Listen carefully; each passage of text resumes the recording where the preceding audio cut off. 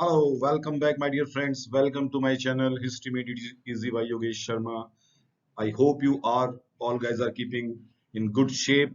And today we are going to discuss about chapter 6 of class 12 history, that is Bhakti Sufi tradition. I hope you are ready for the chapter and you will be getting a lot of help after going through this video. So chapter itself says Bhakti Sufi tradition, and this chapter is of book 2, which covers the time period from 10th century to 17th century. Now, when you open the book and when you go through the details, you find out that different Bhakti saints, systems, traditions, philosophies have been incorporated in this particular chapter, right? So, right in the beginning, a very unique concept has been given, that is integration of cults. Now, see, to spread the Brahminical ideas, Buddhism was evolving, Jainism was evolving, and other traditions were also there. So, what Brahmins did to disseminate their ideas and to reach out to more people, what they did, the Puranic texts were being composed from Vedas, later on Puranas. So, Puranic texts were being composed, and they were being composed in simple Sanskrit. They were composed in simple Sanskrit. Why they were composed in simple Sanskrit? So that have a wide reach to the people, and they were accessible to women as well as Shudras. And that was not the case if we talk about Vedas. So to reach out to more people, ज़्यादा से ज़्यादा लोगों तक पहुंचने के लिए, what they did, that they made Puranas accessible for women as well as Shudras. Now, another important thing what they did, they also incorporated the different local traditions.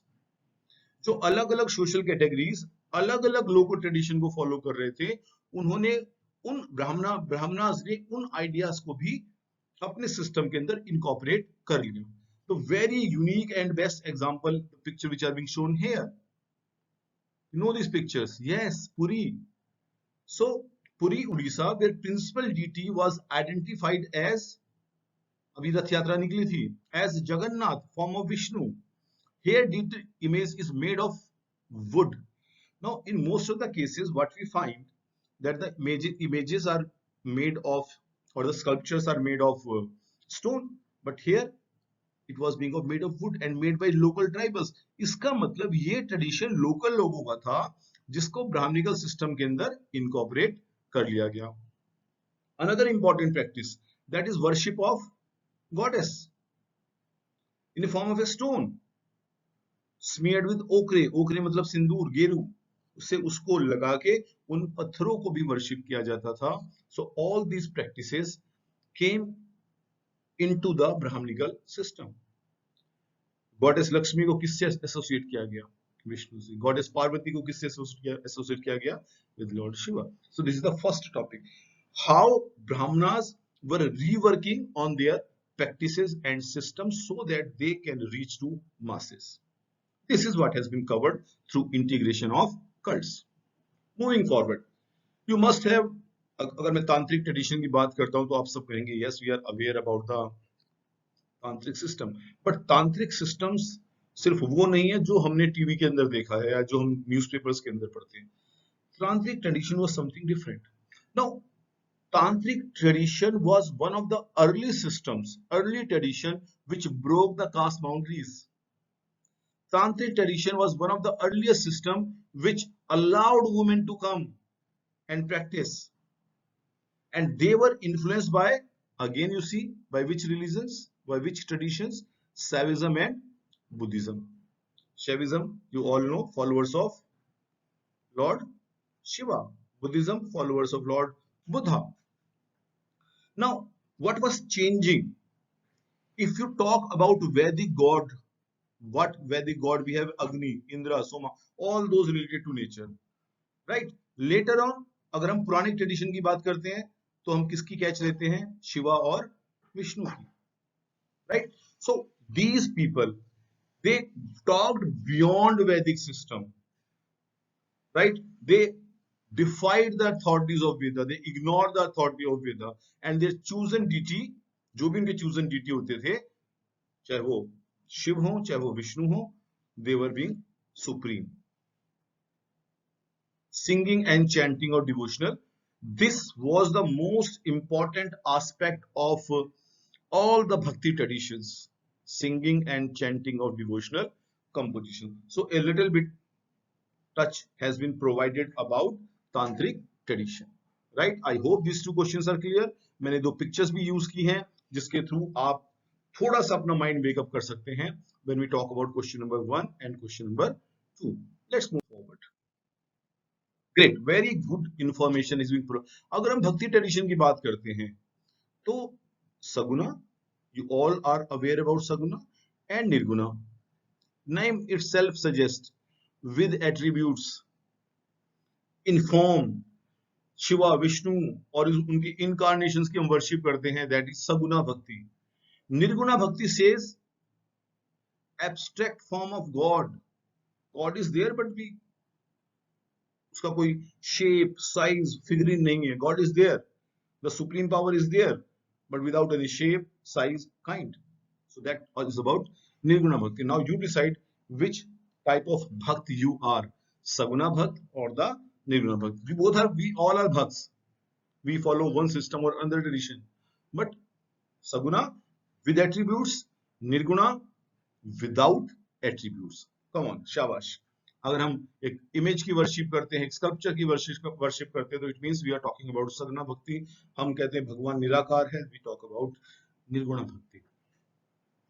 Now from understanding the systems, now we are moving towards South India where we're talking about bhakti tradition, and two important bhakti traditions emerged there, Alvaras and Nayanars. Only the names are different. Alvaras, just see here, kiske devotee? Devotees of Vishnu. Nayanars, किसके devotee? Devotees of Shiva. याद करने के लिए नयन, third आई किसकी? शिवा की. तो Nayanar, Lord, devotees of Lord Shiva. Now, what these saints did, they moved from one place to another place, sang hymns, mantra, bhajan गाते थे. Temples were built at certain shrines. जहां पर ये लोग थे वहां पर क्या बने? Temples भी बने.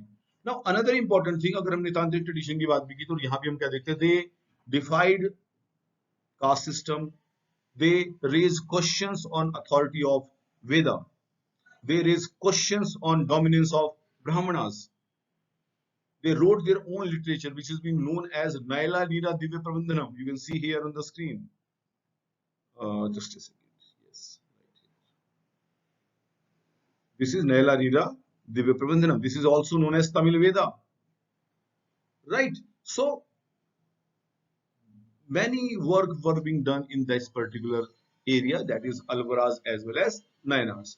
Women were also part. मैंने बताया ना, women को भी पार्ट लिया गया, कास्ट सिस्टम को भी चैलेंज किया गया, अथॉरिटीज ऑफ वेदा को भी चैलेंज किया गया, and they did not become nuns but opposed norms. कुछ ऐसे women थी जो उन्होंने भक्ति ट्रेडिशन के अंदर काफी नाम किया. फॉर एग्जाम्पल अगर हम वैष्णविज्म की बात करें, यानी कि अलवरास की बात करें, तो उनकी डिवोटी थी अंडाल. अगर हम बात करते हैं कराकल अम्मायर की, तो वो डिवोटी थी किसकी? लॉर्ड शिवा की. Adopt a path of extreme asceticism. बहुत तपस्या साधना के अंदर उन्होंने अपना रोल प्ले किया. And another important thing, not only they raise questions on casteism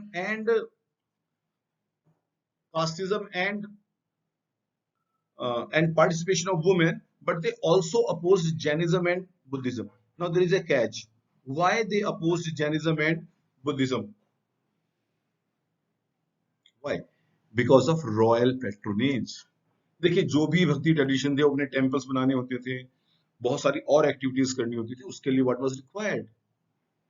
The patronage of emperor was required. So they were Jainism, the followers of Jainism, they were also looking for that, seeking for that.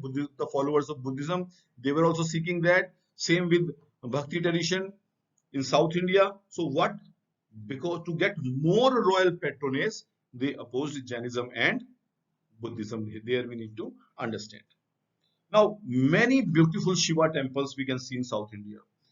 For example, Tanjore के अंदर, चिदम्बरम के अंदर, and Ganga कोंडा चोलापुरम के अंदर बहुत सारे बड़े बड़े शिव टेम्पल्स आपको मिल जाते हैं, which were being constructed by Chola kings, the famous Chola kings, right?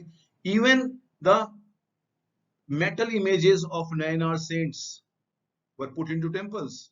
They were also being put next to God. Metal images of Nayanar saint Sundara, उन सब की images कहाँ रखी गई? They were put into temples to recognize the work done by these saints. Let's move forward. The way Alvaras and Nayanars were popular in Tamil Nadu, same way a tradition emerged in modern day Karnataka that is known as Veer Shaiva tradition. What we call it? Veer Shaiva tradition. It means they are followers of Shiva. Lingayats. They wore linga, Shivlinga on left shoulder के ऊपर शिवलिंग यहाँ धारण करते थे. On death, they used to believe that they would unite with Shiva. So concept of rebirth was not there. They buried their dead. This is a different feature. Challenge caste system. Caste system को challenge किया. Question theory of rebirth. And their who was their guru? Basvanna was their guru. Basvanna was the person who founded this tradition, and his teachings were being composed by the word vachanas. In which language? Karnataka के अंदर कौन सी language? Kannada language के अंदर बोला जाता है. So this is Veer Shaiva tradition. So a quick reminder, हमने अलवराज की बात की, हमने नयनार्स की बात की, हमने वीर शैवा ट्रेडिशन की बात की, हमने इंटीग्रेशन ऑफ कल्ट की बात की, हमने तांत्रिक ट्रेडिशन की बात की, हमने सगुना एंड निर्गुणा भक्ति की बात अब तक कर चुके हैं. And I hope each and everything is clear. Now from south India again, now we are moving towards north India. There was religious ferment, means so many things were happening. Several Rajput states emerged, but Brahminical authorities was not challenged. Very different feature. Rajput states आए, पर अपने system को continue कर रखने के लिए उन्होंने Brahminical authority को चैलेंज नहीं किया. They believed that through this system we can rule for a longer time. However, there were different religious leaders, those who were emerging at different places. For example, अलग-अलग groups थे.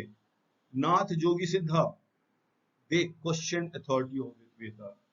They expressed their ideas in the language of the people, but they did not get the support of the ruling elites. They did not get the support of the ruling elites, but they were making their place in the minds and hearts of common people.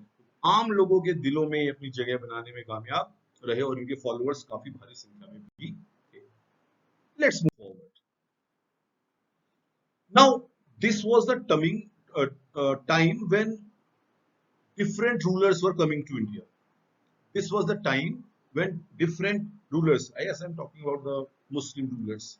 Now, Muslim rulers, whenever they were able to establish control over northern parts of India, so यहाँ पर एक बड़ा catch था. Catch क्या था?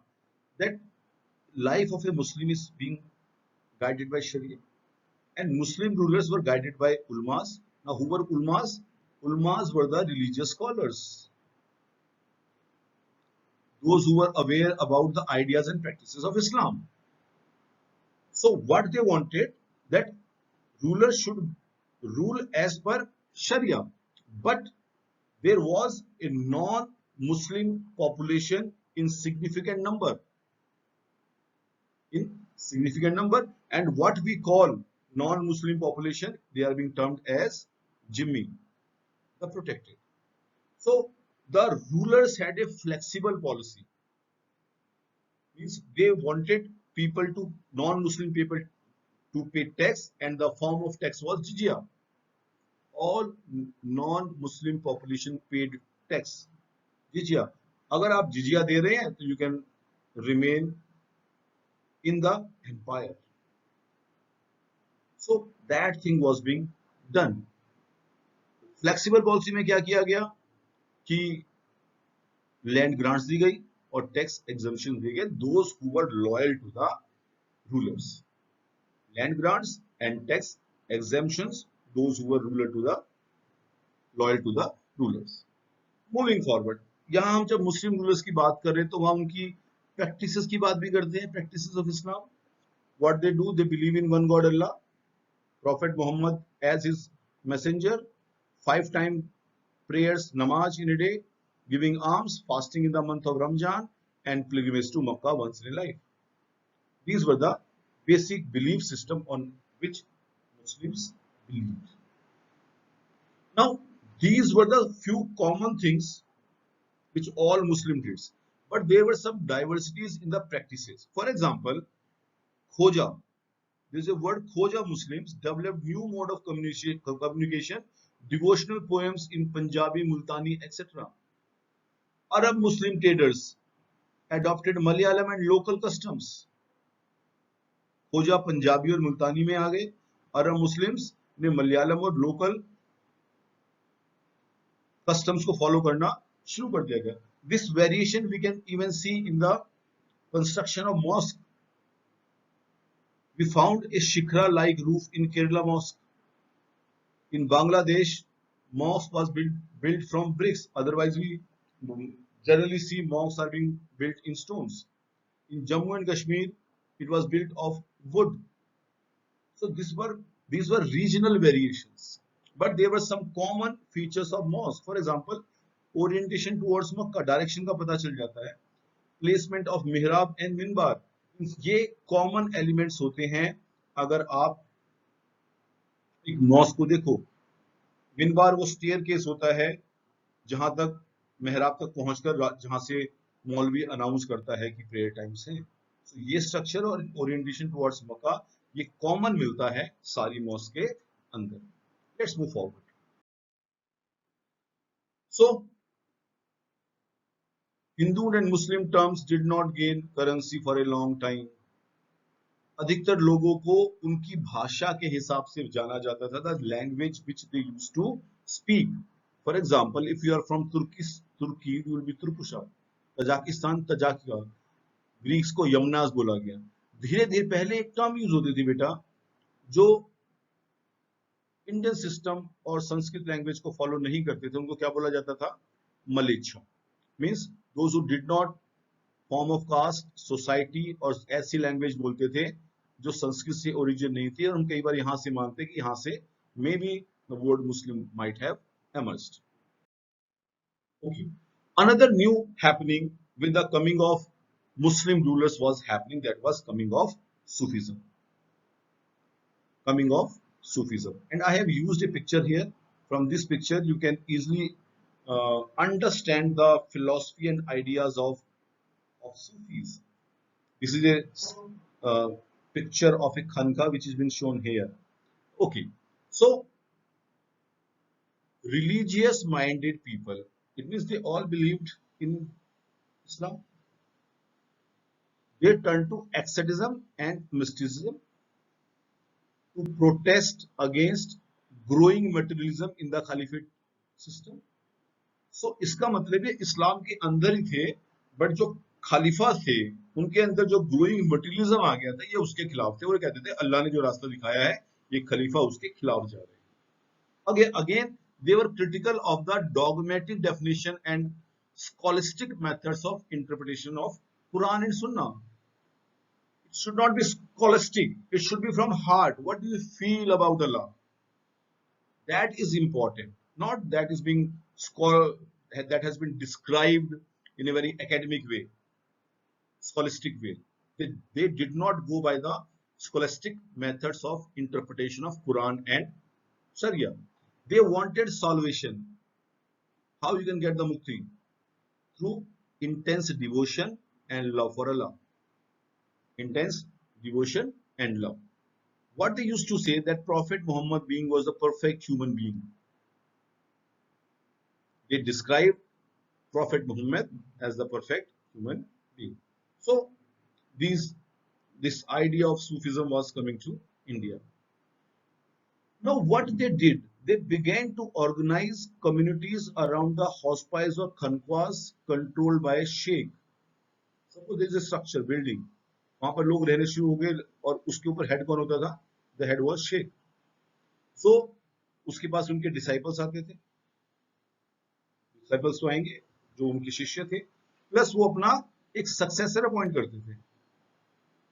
After me this person will be Sheikh.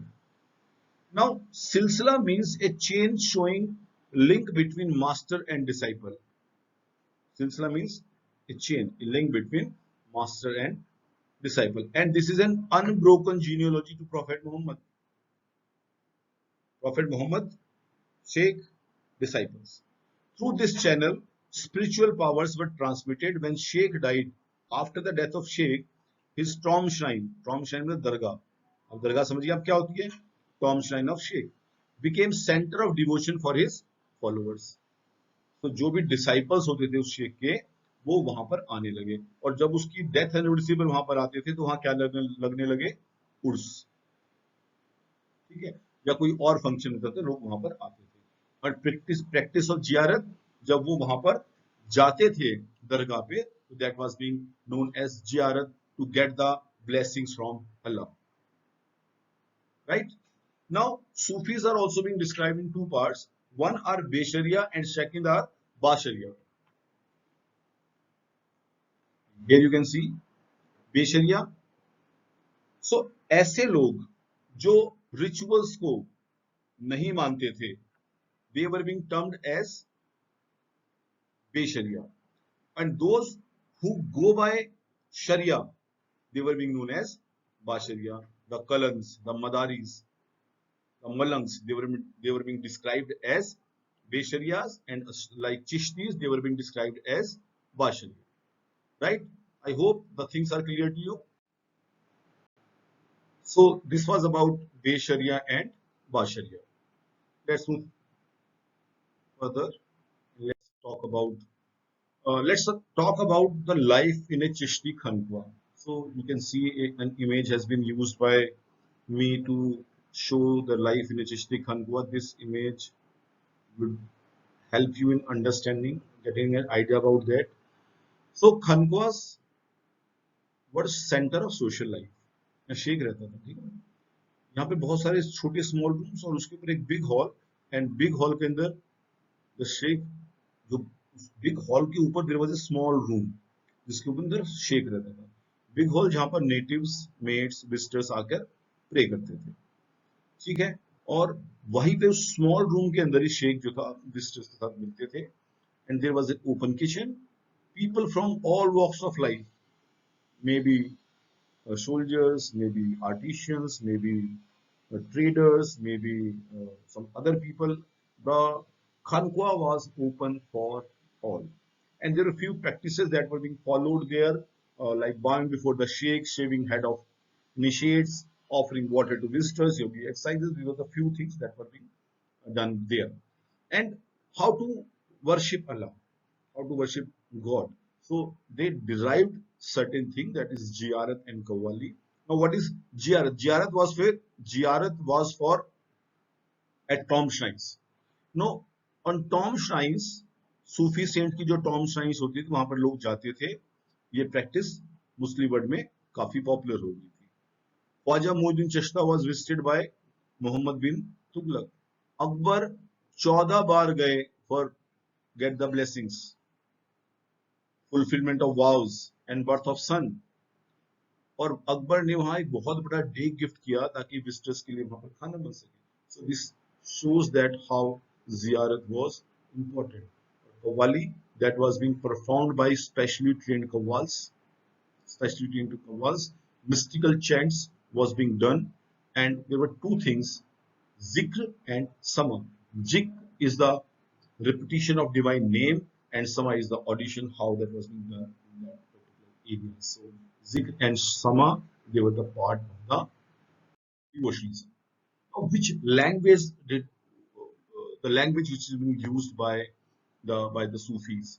They adopted local languages so that they can talk to common people. They conversed in Hindi. Baba Farid composed in local language. Premakhyan was being written by Malik Muhammad Jaisi, describes symbolic journey to the divine. In Karnataka, short poems in Dakhini, the local language, being composed. Luri Namas or was also being, or the wedding songs, so that people can understand them, people can sing them, so that they become more approachable to the people. People can easily accept them. This is how Sufism spread in different parts of India by using the local language. This is the word Sufi, Sufis and state. Now, what was their relationship with the kings? Now they maintained a distance from worldly pleasures and power. Who? The Sufi saints. Whatever grants and donation that was being accepted by Sufis, because to run the khanqa that was important. But and they accepted donations in cash as well as kind. But they used all this to fulfillment of the requirements. They did not accumulate. अपने पास donations को रखते नहीं थे to show, to tell people that I have no interest in all those things. They were popular because of their piety, scholarship, and miraculous powers. Kings also needed their help when they used to have conflict with the ulemas. So they needed the blessing and support of Sufis. अगर उलेमा से किसी बात पे controversy होती थी तो उनको legitimacy के लिए they needed the help of Sufis. It was believed that awliyas could intercede with God.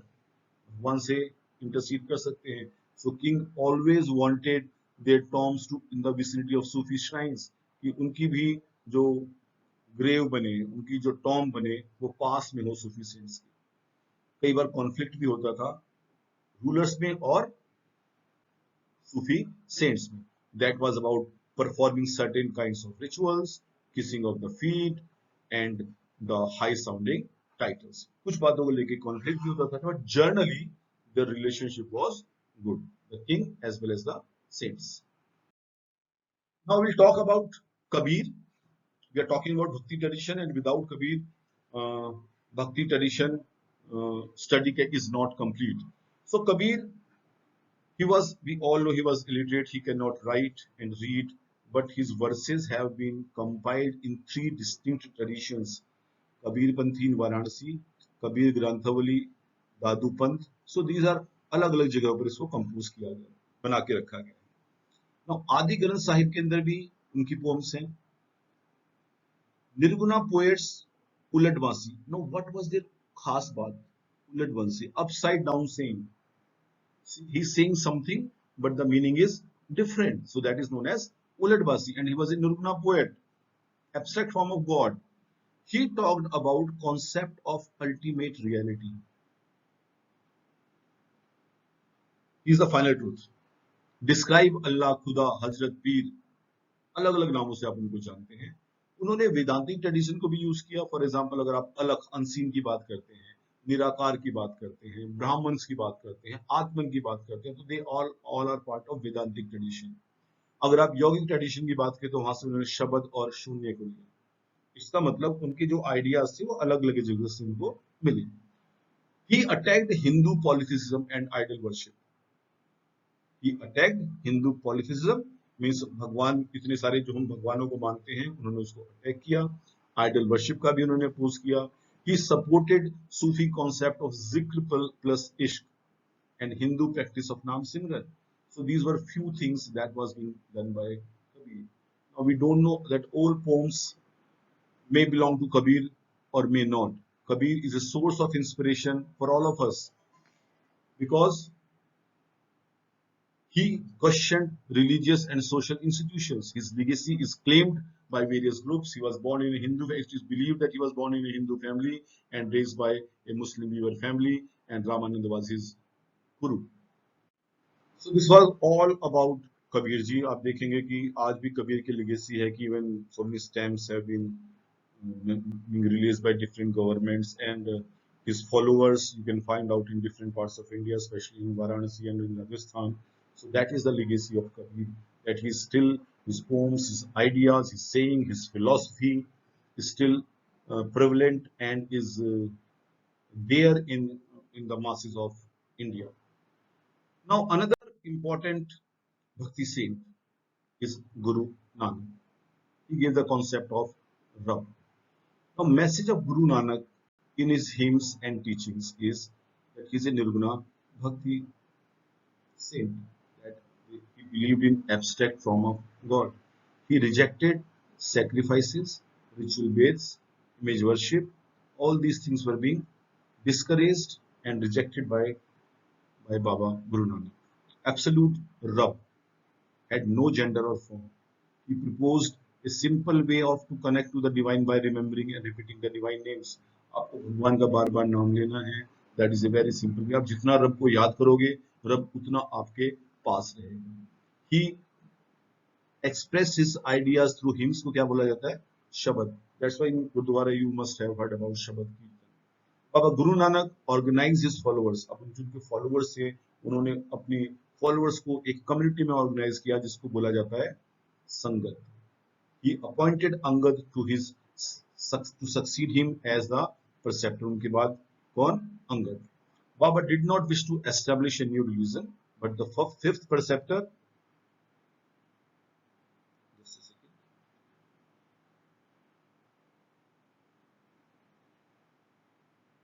The fifth preceptor, Guru Arjan, compiled teachings and hymns of Baba Guru Nanak. Other preceptors, Baba Farid, Ravidas, Kabir in Adi Granth Sahib. From there, these hymns are being called Guru Bani. Then 10th preceptor included composition of 9th Guru also, and this scripture is known as Guru Granth Sahib. Guru Gobind Singh also founded Khalsa. This was being done by Guru Gobind Singh and defined 5 symbols: uncut hair, a dagger, a path of swords, a comb, and a steel bengal. Khalsa means pure. So these are that is the word done by Guru Nanak. And then we have another women saint, and she is being known by the name of Mirabai. Her bhajans transmitted orally. She was a Rajput princess, married against her wishes, defied her husband, and she recognized Bhagwan Krishna as her lover. Her guru was Raidas, a leather worker, challenging caste boundaries. यहाँ से आपको पता लगेगा कैसे caste boundaries were being challenged. She defied caste system. Her songs continue to be sung by women and men of low caste people in Gujarat and Rajasthan even today. So Mirabai is a great source of inspiration for all of us. Now a question emerges. हम इतने सारे हमने लोगों की बात की, तो इन religious histories को हम कैसे लाते हैं, कैसे कनेक्ट करते हैं, कैसे रिकंस्ट्रक्ट करते हैं? तो इसमें बहुत सारे सोर्स को हम यूज करते हैं. यूज स्कल्पचर्स, मूर्तियों को यूज करते हैं. बिल्डिंग्स का आर्किटेक्चर कैसा है उससे पता लगाते हैं. स्टोरीज जो अलग अलग रिलीजियस परसेप्टर्स के बारे में अलग अलग बुक्स के अंदर लिखी गई है, वहां से आइडिया लेते हैं. एंड ये हमें बहुत सारी कॉन्टेक्स्ट की इंफॉर्मेशन प्रोवाइड कराते हैं. Written languages, direct languages, ornated Persian languages, oral tradition, sculptures, and so many things. इन सब की हेल्प लेकर what is being done. Hagiographies, एक वर्ड यहाँ पर और आप ऐड कर सकते हैं. Biographies of religious saints. इन सब की हेल्प लेकर we construct the history of religious tradition. This chapter is very interesting. Go through this video again and again. I'll be providing certain question answer also. Till then, keep learning, keep enjoying, remain happy, healthy, and I hope I can be a little help for all of you. Namaskar, bye bye, take good care of yourself. In other videos, we have talked about the various empires of India as we exit the Vedic period.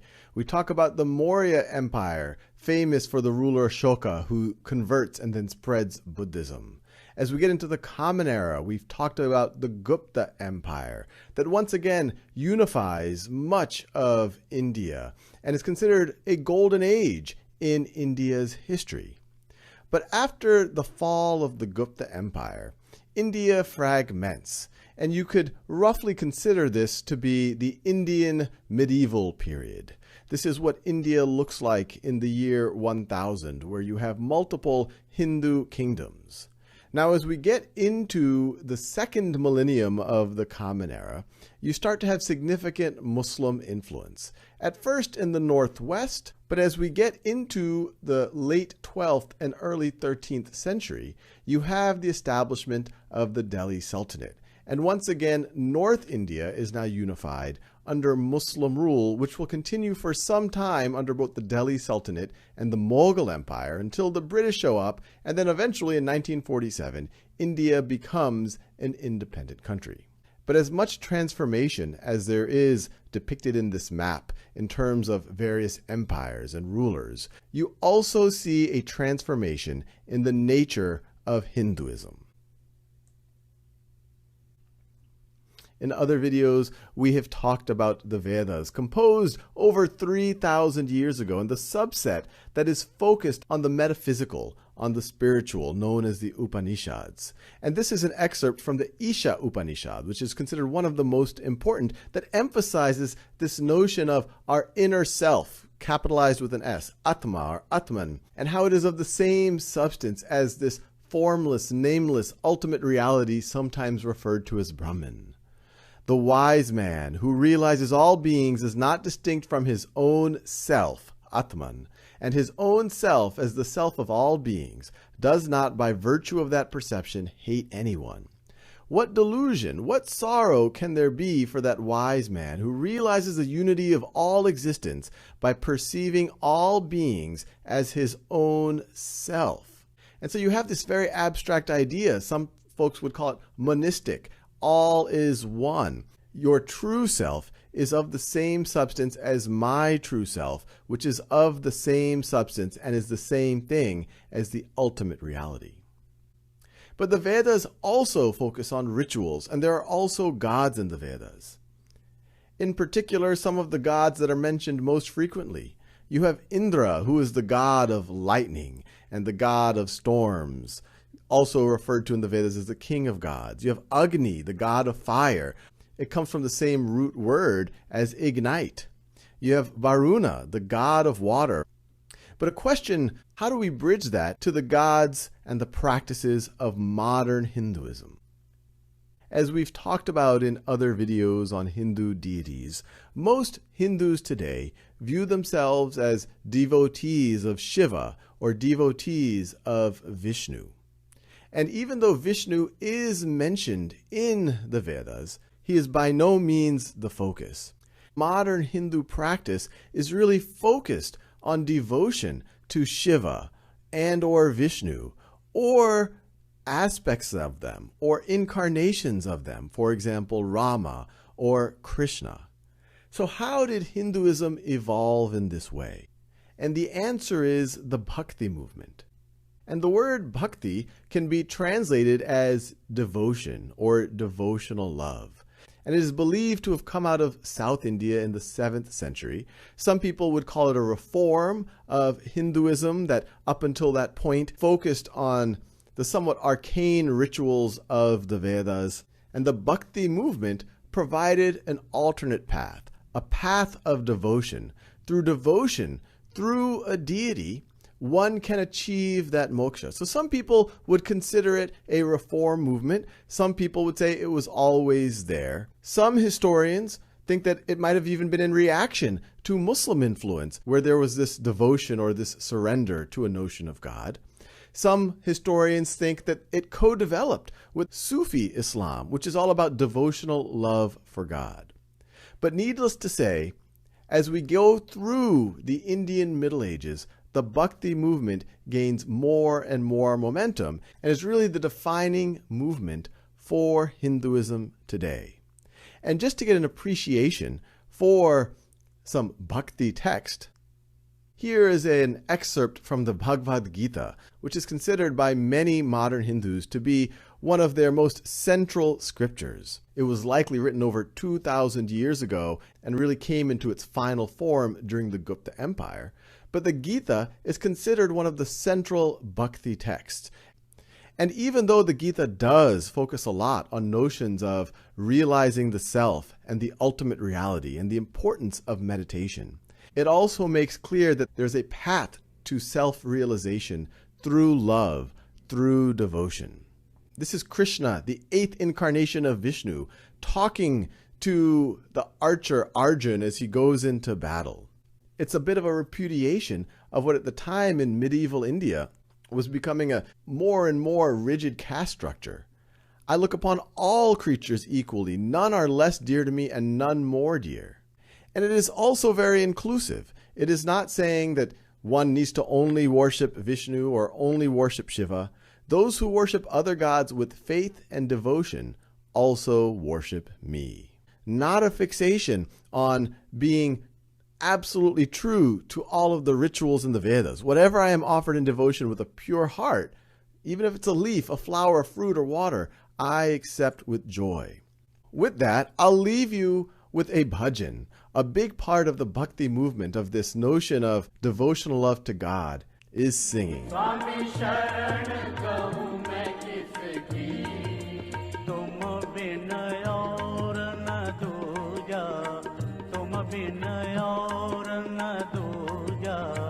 आस करूं मैं जिसकी ओम जय जगदीश हरे